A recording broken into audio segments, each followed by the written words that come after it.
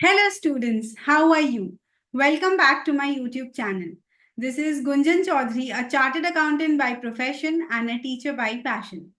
आज के वीडियो में मैं chapter 3 for ICSE commercial studies 2025 के लिए ये वीडियो बना रही हूँ। इसमें मैंने दो पार्ट्स ऑलरेडी शूट कर लिए एंड वो वीडियोस के लिंक मैं डिस्क्रिप्शन में डाल देती हूँ। तो फर्स्ट पार्ट में मैंने एडवर्टाइजिंग का डेफिनेशन एंड इम्पोर्टेंस के बारे में बताया है with producers and in general. And second part में मैंने importance of advertising for consumers के लिए एक्सप्लेन किया है। आज के वीडियो में मैं benefits of advertising for society बताने जा रही हूँ, उसको एक्सप्लेन करूंगी एंड लर्निंग कैसे करना है, आपको पॉइंट्स कैसे लिखने हैं वो सब भी बताऊंगी। प्लस आपको आंसर कैसे करना है, क्यों ये टॉपिक इम्पोर्टेंट है, ये भी हम लोग डिस्कस करेंगे जैसे वीडियो स्टार्ट होगा। तो चलिए without much delay let's start the video. And मैंने पूरे हैंड रिटन नोट्स लिखे हैं बच्चों, as you can see. And last video में मैंने दिखाया भी था कि कैसे मैंने पूरे हैंड रिटन नोट्स लिखे हैं for you people so that you can feel comfortable in studying, क्योंकि बहुत सारा पॉइंट्स है बुक में जो कि नेसेसरी नहीं है। तो एडवर्टाइजिंग जो है वो सोसाइटी को भी बेनिफिट करता है मैनी वेज से। अगर आप अपने आप को एज अ कंज्यूमर सोचो तो ठीक है, बट अगर आप एज अ सोसाइटी सोचो तो सबसे बड़ा चीज है कि एडवर्टाइजिंग की वजह से एम्प्लॉयमेंट जनरेशन होता है। हमारे कितने सारे फ्रेंड्स और रिलेटिव्स आजकल मीडिया में हैं। मीडिया में बच्चों बहुत इंपॉर्टेंट होता है, क्योंकि मीडिया में भी तो लोग एम्प्लॉयज होते हैं, राइट। अब जर्नलिस्ट है, न्यूज़पेपर में एडिटर होते हैं, राइटर्स होते हैं। There are so many people require to write a newspaper. Printing के लिए एम्प्लॉयमेंट जनरेशन हो सकता है। प्लस अगर कोई एडवर्टाइजमेंट है तो आपको सिर्फ वो एड दिखता है, बट उसके पीछे पूरा क्रू मेंबर्स होते हैं, डायरेक्टर्स होते हैं, so many people are there. तो एम्प्लॉयमेंट जनरेशन है। इसमें यही बोला गया कि एडवर्टाइजिंग जो है वो डायरेक्ट एम्प्लॉयमेंट तो देता ही है। जो लोग एडवर्टाइजिंग को डिजाइन करने में, लिखने में, एडवर्टाइजिंग को इशू करने में पूरे सक्षम होते हैं, तो उन लोगों के लिए तो advertising obviously direct employment generate करता है, नौकरी देता है। एडवर्टाइजिंग की वजह से उनको डायरेक्टली नौकरी मिलता है, प्लस इनडायरेक्टली उन लोगों को मिलता है, क्योंकि एडवर्टाइजिंग जैसे ही आप करते हो तो बोला जाता है कि आप एडवर्टाइजिंग कर रहे हो तो आपका प्रोडक्शन और आपका सेल्स बढ़ेगा। आपका गुड्स ज्यादा बिकेगा तो आपको ज्यादा प्रोडक्शन करना पड़ेगा, आपको गुड्स बनाना पड़ेगा ना, बिक रहा है ज्यादा तो अब आप ज्यादा प्रोड्यूस करोगे तो आपको लोगों को भी तो रखना पड़ेगा ना, क्योंकि आप अकेले तो उतना नहीं प्रोड्यूस करते हो। आपको जैसे जैसे आप इंक्रीज करते जाओगे अपना प्रोडक्शन, वैसे वैसे आपको अपना एम्प्लॉयज को भी बढ़ाना पड़ेगा। तो वैसे वो इनडायरेक्टली जो है वो इनडायरेक्ट एम्प्लॉयमेंट अपॉर्चुनिटीज भी इंक्रीज करते हैं। प्लस एक्सपोर्ट्स अगर प्रमोट किया जाए तो एडवर्टाइजिंग जो है वो वैल्यूएबल फॉरेन करेंसी एक्सचेंज लाने में भी मदद करता है। तो एक्सपोर्ट देखिए, सबसे पहले तो एम्प्लॉयमेंट जो लास्ट पॉइंट है, अगर आप उससे कनेक्ट नहीं कर पा रहे हो तो आप एग्जाम के लिए स्किप कर दो, क्योंकि ये क्वेश्चन आपको डायरेक्टली ऐसा नहीं पूछेगा how does advertising helps in employment generation as a benefit to the society. ये क्वेश्चन ऐसा नहीं आएगा एग्जाम में। अगर क्वेश्चन आएगा तो एक डायरेक्टली 5 मार्क्स का क्वेश्चन या 2 मार्क्स का क्वेश्चन आ सकता है कि व्हाट आर द बेनिफिट्स और what is the importance of advertising for a society. तो अगर उस एंगल से सोचोगे तो आपको एम्प्लॉयमेंट जनरेशन लिखना है, उसमें बस आप दो चीजें याद रखना। सबसे पहले डायरेक्ट एम्प्लॉयमेंट, जो लोग डायरेक्टली एडवर्टाइजिंग को प्रोड्यूस करने में, लिखने में, डिजाइन करने में इन्वॉल्व होते हैं। और दूसरा है इनडायरेक्ट एम्प्लॉयमेंट अपॉर्चुनिटीज, जहाँ पे आपको वॉल्यूम ऑफ प्रोडक्शन और डिस्ट्रीब्यूशन जो होता है वो इंक्रीज करने में हेल्प करता है, क्योंकि आपका जब एडवर्टाइजिंग बढ़ता है तो आपका प्रोडक्शन बढ़ेगा, तो प्रोडक्शन बढ़नेगा तो फिर आपको लोगों को रखना पड़ेगा। तो indirectly advertising is helping in employment generation also, direct and indirect. Next है हायर स्टैंडर्ड ऑफ लिविंग। ये पॉइंट काफी इंपॉर्टेंट है और बहुत ही कॉमन पॉइंट है बच्चों, क्योंकि अब देखो, अब एडवर्टाइजिंग की वजह से वैरायटी बढ़ेगा, क्वालिटी बढ़ेगा, नया वेज होगा एक ही प्रोडक्ट को यूज करने के लिए। जैसे मैंने पिछला और उसके पिछले वीडियो में भी बताया था कि एक कॉफी का एग्जाम्पल था, एग्जिस्टिंग प्रोडक्ट का न्यू यूजेस। तो obviously if you use the products better, then it will be a better way of life for everybody, right. तो एडवर्टाइजिंग जो है वो स्टैंड ऑफ लिविंग इसीलिए प्रमोट करता है। जैसे ये आप यहाँ से तो पढ़ ही सकते हो, अब मैंने यहाँ पे अगर आप देखोगे तो पूरा अच्छे से ये शॉर्टकट में लिखा है कि वैरायटी इंक्रीज होता है तो उससे क्वालिटी भी इंक्रीज होता है, और न्यू वेज ऑफ यूज होता है प्रोडक्ट्स का, बेटर वेज ऑफ लाइफ होता है। ये चार चीजें ही ये दो लाइन में लिखी है। दो एरो मैंने बना के लिखा है जिससे कि आपको इजियर टू रिमेम्बर हो जाए। तो advertising improves the standard of living of the people bye promoting variety and quality in consumption. ठीक है।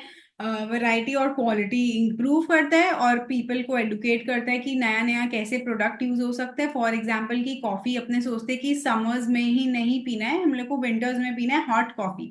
बट अगर बताया जाए कि अरे आप कॉफी को हॉट क्यों, कोल्ड भी पी सकते हो समर्स में। That is new use of product and better ways of life के लिए। जब आप सपोज आपको गर्मी लग रहा है, आपको कुछ पीना है, तो आप वो शुगरी ड्रिंक नहीं पी के cold coffee P low. Plus आजकल कितना ज्यादा एडवर्टाइजिंग से अपने को पता चलता है कि चलो प्रोटीन शेक है, हेल्दी ऑप्शंस है अपने पास मंचिंग के लिए, जरूरी नहीं है कि आप अनहेल्दी ऑप्शंस ही करो। तो उससे अपना हायर स्टैंड ऑफ लिविंग होता है and we get better health and etcetera etcetera. इसको मैं एक्सप्लेन कर 1 घंटा तक एक्सप्लेन कर सकती हूँ, but since I also have lack of time and you also have lack of time, आप इसको बस इतना ही समझो कि variety, quality, better ways of life and new ways of you to use the existing products. तो सबसे पहले एम्प्लॉयमेंट जनरेट करता है, फिर दूसरा पॉइंट है higher standard of living. Third है सस्टेन्स द प्रेस। अब एडवर्टाइजिंग प्रेस को कैसे सस्टेन करेगा बच्चों? प्रेस को सस्टेन करने का मतलब अगर मैं आपको नॉर्मल तरीके से बताऊं तो प्रेस किससे चलती है? प्रेस में जनरली जो न्यूज़पेपर में आप एड देखते हो ना, तो आपको क्या लगता है प्रैक्टिकल फैक्ट कि वो 2 या 3 रुपए या 10 रुपए में भी अपने को जो न्यूज़पेपर मिलता है, is that enough for that newspaper? Actually वो एक नॉमिनल फीस चार्ज करते हैं जिससे कि हर घर तक न्यूज़पेपर एक भारी ना लगे और सब तक वो न्यूज़पेपर पहुंचे। और एक्चुअली जो आईफोन का आप देखते हो बड़ा बड़ा फ्रंट पेज पे ऐड, सैमसंग का फ्रंट पेज पे ऐड, कोई भी नया गाड़ी निकलता है तो पूरा फ्रंट पेज पे ऐड, प्लस कोई ज्वेलरी शॉप का फ्रंट पेज पे ऐड, तो ये सब एक्चुअली एकदम लमसम अमाउंट्स देते हैं एडवर्टाइजिंग न्यूज़पेपर कंपनीज को। प्लस जो क्रिकेट मैच अपने देखते हैं तो वो क्रिकेट मैच लाइव स्ट्रीम हो रहा है, तो आप देखते हो कि जो स्पॉन्सर कर रहे हैं तो वो लाइव स्ट्रीमिंग हो रहा है, तो एक्चुअली वो सब से ही एडवर्टाइजिंग करके न्यूज़पेपर्स और मीडिया एजेंसीज लोग रेवेन्यू जनरेट करते हैं। तो अगर आप रेडियो सोचोगे तो रेडियो जॉकीज लोग को अपने थोड़ी ना कुछ पैसा देते हैं, वो तो अपने फ्री में रेडियो सुनते हैं। तो फिर कैसे उनका खर्चा चलता है? एक्चुअली वो जो एड देते हैं ना, अपने बोलते हैं गाना कम आता है, एड ज्यादा आता है रेडियो पे। इनफैक्ट टीवी पे भी अगर कोई सीरियल चला लो तो एड ज्यादा आते हैं। इनफैक्ट आप हॉटस्टार, प्राइम वीडियो, कोई भी बात कर लो, यूट्यूब तक ऐड आ रहा है। अब मैं आपको दिखा रही हूँ, अब मैं आप यहाँ वीडियो देख रहे हो, आप ऐड देख रहे हो, अब वो ऐड का जो रेवेन्यू है वो कहीं तो जा रहा है। आई नो मेरा मोनेटाइज नहीं है, मेरे को ये वीडियो शूट करके कोई पैसे नहीं मिलते हैं, it's just for your benefit that I am shooting the video, but ये पूरा एक चैनल ऐसा होता है जहाँ पे एडवर्टाइजिंग से ही रेवेन्यू जनरेट होता है। तो आप यहाँ पे देखो, न्यूज़पेपर, मैगजीन्स, रेडियो, टेलीविजन, ये चारों रेवेन्यू कहाँ से जनरेट करते हैं? एडवर्टाइजमेंट से। तो मतलब कि सैमसंग अगर पेपर में एडवर्टाइजमेंट दे रहे हैं तो Samsung is giving a good amount to the newspaper, तभी फिर लो रेट्स मिलते हैं, low rates to us consumers, यही लिखा है यहाँ पे। अब चलिए यहाँ पे देखते हैं कि ये जो बुक में आपको एग्जाम पॉइंट ऑफ व्यू से क्या लिखना है। एग्जाम पॉइंट ऑफ व्यू से लिखा है कि provides an important source of revenue. ये एक रेवेन्यू का इंपॉर्टेंट सोर्स है, न्यूज़पेपर, मैगजीन, रेडियो, टेलीविजन। तो इससे क्या होता है, न्यूज अपने को लोअर रेट्स में मिलता है और circulation of newspapers and magazine increases. Obviously अगर लो रेट पे होगा तभी, अब आप थोड़ी ना जाके 200 रुपए की मैगजीन अननेसेसरीली खरीद के ले आओगे, लेकिन यही आपको बोलेगा कि ये 5 रुपए की मैगजीन है, न्यूज़पेपर के संग मिल रहा है, तो आप फिर भी बोलोगे ठीक है चलो 5 रुपए की मैगजीन है दे दो। तो वही है कि न्यूज़पेपर्स और ये सब का सर्कुलेशन अच्छे से हो जाता है। इनफैक्ट सैटरडे संडे का जो एडिशन होता है न्यूज़पेपर का वो थोड़ा सा 1-2 रुपए ज्यादा होता है, तो उसमें भी मैंने देखा है कितने लोगों को बोलते हैं कि सैटरडे संडे न्यूज़पेपर नीचे है, आप मेरे को मंडे टू फ्राइडे दे दो। तो थोड़ा सा भी, क्योंकि इंडिया का जो इकोनॉमी है वो प्राइस सेंसिटिव इकोनॉमी है, उसमें क्या होता है कि जैसे ही थोड़ा सा प्राइस बढ़ेगा तो हो सकता है उसका सेल बहुत कम हो जाए प्रोडक्ट का।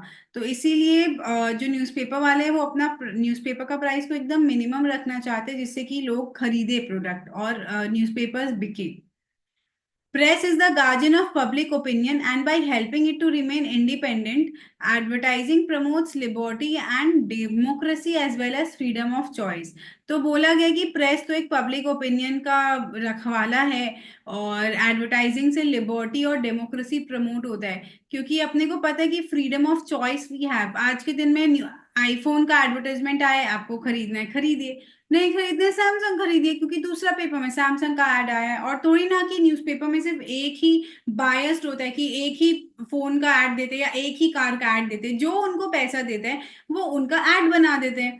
तो ultimately you are free, you are democratic, you live in a democratic country. तो आपको जिसका मन है आप उसका ऐड देखिए, आपको अच्छा लगा आप खरीदिए। So ultimately you are getting a freedom of choice, that's what this point is meaning, कि प्रेस को पैसा मिलता है एडवर्टाइजिंग से, और प्रेस चलता ही एडवर्टाइजमेंट की वजह से। वो अपने को पेपर डिस्ट्रीब्यूट ऐसा ही नहीं करते 3 रुपए में पेपर डिस्ट्रीब्यूट किया और वो इतना बड़ा चला रहे, क्योंकि आपको भी पता है, अगर आपने आजकल जो अभी एक प्राइम वीडियो में एक अनन्या पांडे का बेला आई कॉल मी बे बोल के एक सीरीज आया था, उसमें उसने वो जर्नलिस्ट का काम किया था। प्लस कितने सारे आजकल वो मैं लेटेस्ट बता रही हूँ जो मैंने देखा है, ऐसे करके कितने सारे आजकल सीरीज और मूवीज आते हैं जो कि प्रेस से रिलेटेड होता है, कि कौन सा न्यूज़ पब्लिश हो रहा है, वो झगड़ा वेरियस न्यूज़ चैनल्स में। तो आप अगर देखे हो कभी तो आपको पूरा सीन समझ में आएगा। नेक्स्ट पॉइंट है आर्ट एंड कल्चर। तो ये बोलना चाह रहे कि आर्ट प्रमोट कैसे करता है, how does advertising benefit a society. और पॉइंट का नाम है आर्ट एंड कल्चर। तो इसमें बोलते हैं कि लोगों का जो क्रिएटिव एनर्जी है ना वो डेवलप होता है एडवर्टाइजमेंट्स को डिजाइन और डेवलप करने में। अब कैसे एक एडवर्टाइजमेंट जो है बड़ा लुभावना लगेगा, बड़ा अट्रैक्टिव लगेगा, वो कैसे डिसाइड होगा, तो वो सब के लिए इंसान जो है अपना क्रिएटिविटी यूज करते हैं। तो वो क्रिएटिव एनर्जी यूज करता है पीपल का। आज अगर मैं आपको समझा रही हूँ तो मैं अपना क्रिएटिविटी यूज कर रही हूँ जिससे कि मैं आपको अच्छे से समझा पाऊँ ये पॉइंट, राइट।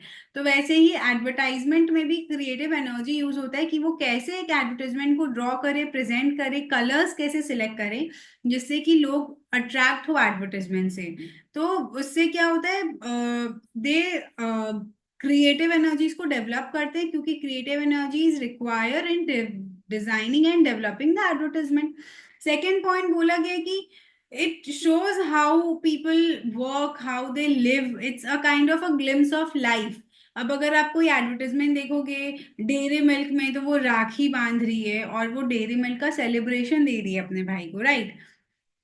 तो आपको पता चला है कि अच्छा, अगर आप सपोज साउथ इंडिया से हो तो आपको पता चलेगा अरे राखी बोल के भी एक फेस्टिवल होता है जहाँ पे एक बहन अपने भाई को राखी बांधती है। और अगर आप नॉर्थ इंडिया से हो तो फिर आपको आइडिया आएगा, अच्छा हाँ हम लोग सेलिब्रेशन भी तो दे सकते हैं as a gift, right.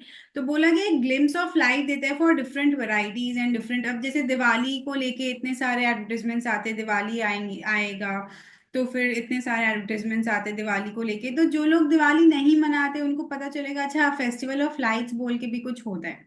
Advertisement से एंटरटेनमेंट तो मिलता ही है पब्लिक को, राइट। और many advertisement provides entertainment to public and many sponsored videos.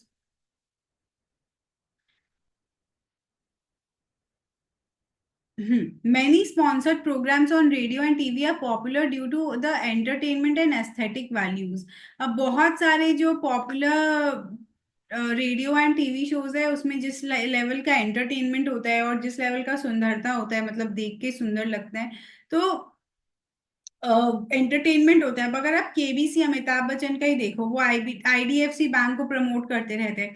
तो आईडीएफसी बैंक भी अपना तो एडवर्टाइजमेंट कर रहा है, ब्रांड प्रमोट कर रहा है, अमिताभ बच्चन कर रहे हैं।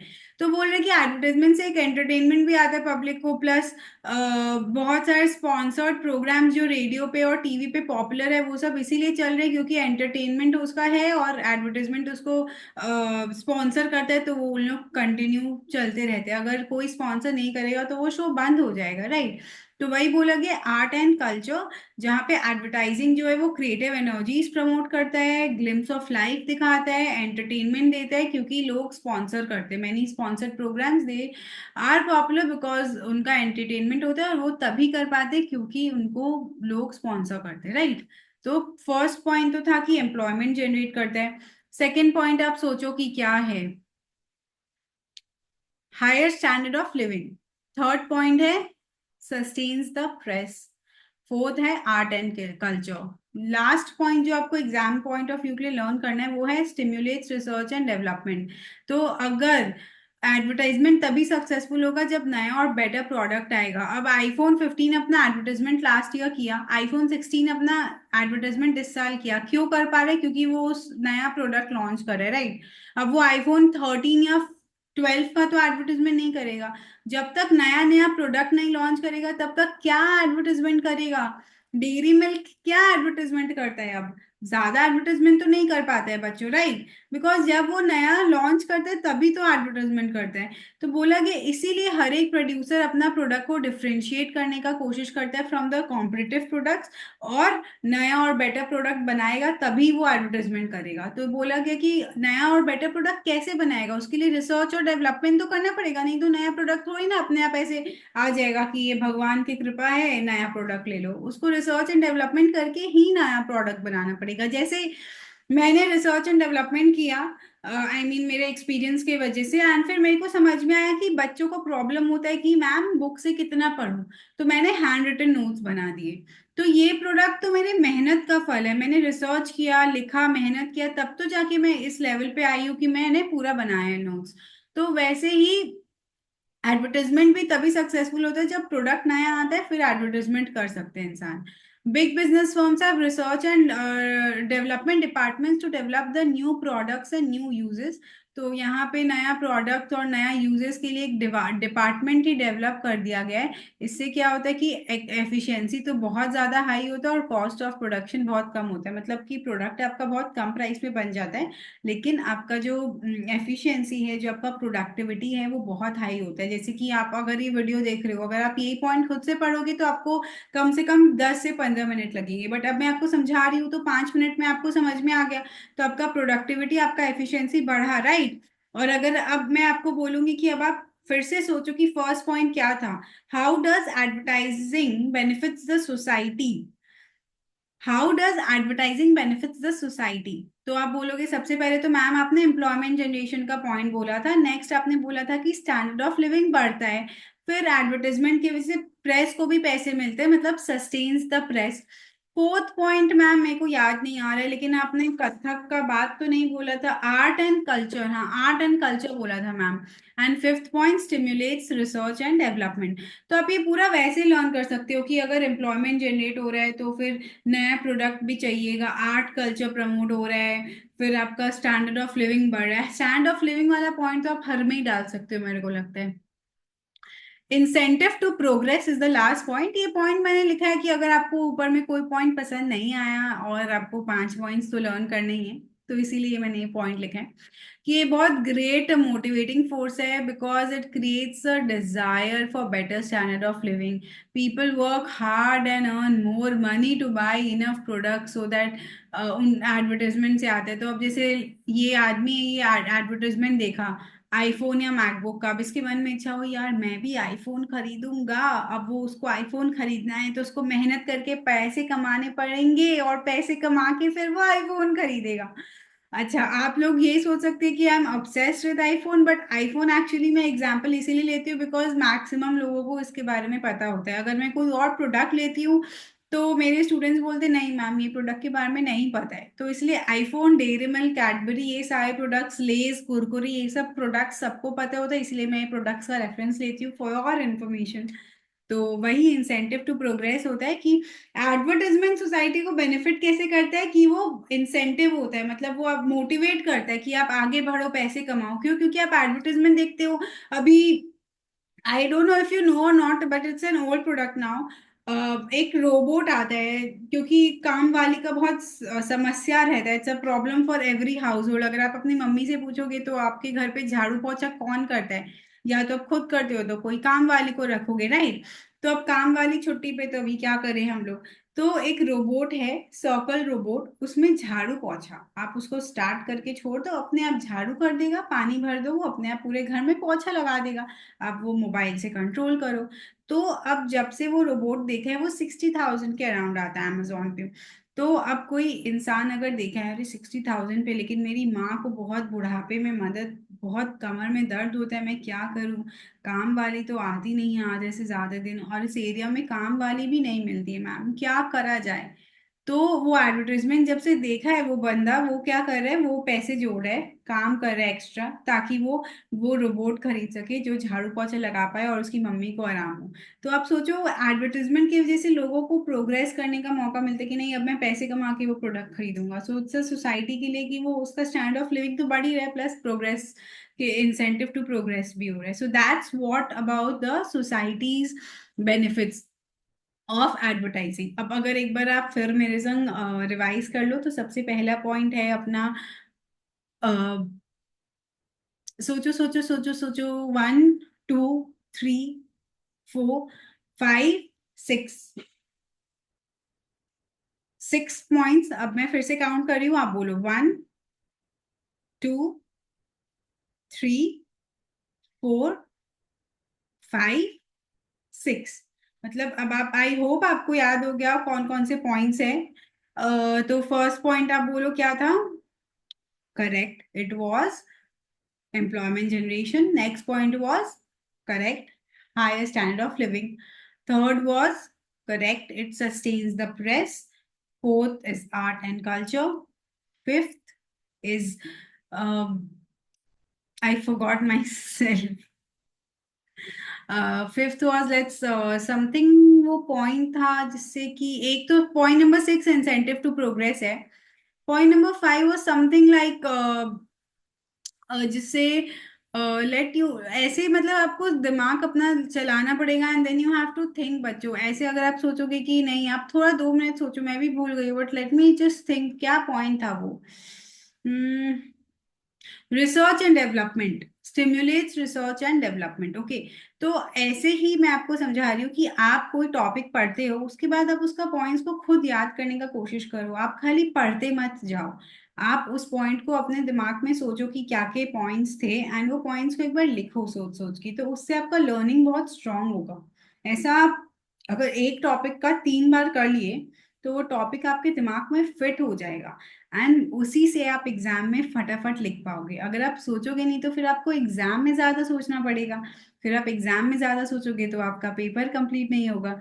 मैक्सिमम बच्चे बोलते हैं, मैम मेरा एग्जाम में पेपर छूट गया, मैंने 2 क्वेश्चन के आंसर्स अटेम्प्ट नहीं किए, मैम ने मेरा पेपर छीन लिया, मेरा एक नहीं हुआ आंसर, मेरे 3 आंसर्स नहीं हुए, मैं रिवाइज नहीं कर पाया या पाई। ऐसे करके बहुत सारे बच्चों का कंप्लेन होता है। आई होप आपका, आई डोंट होप कि आपका हो, बट जनरली मैक्सिमम बच्चों के होते हैं ये कंप्लेन। तो वो क्यों होते हैं? तो आज से ये टेक्निक स्टार्ट करो। जैसे मैंने आपको बताया, आपने सारे पॉइंट्स, अपने 6 पॉइंट्स है, फिंगर्स पे काउंट करके आप सोचो, नहीं आपको आ रहा है तो थोड़ा 2 5 मिनट और सोचो, देन यू सी कि क्या पॉइंट था, तो वो आपके दिमाग में अच्छे से फिट हो जाएगा बच्चों। ठीक है?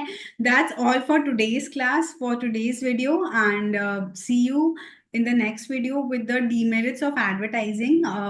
एंड ये सब टॉपिक मैं फर्स्ट टाइम यूट्यूब में अपलोड कर रही हूँ, आई होप आपको अच्छा लगा हो। And please subscribe to my channel, and also share my videos with your friends. Be a blessing in disguise, because बहुत सारे बच्चे हो जिनको आपका हेल्प का जरूरत है। अगर आप ये वीडियो शेयर कर दोगे तो उनका भी पढ़ाई हो जाएगा। ठीक है?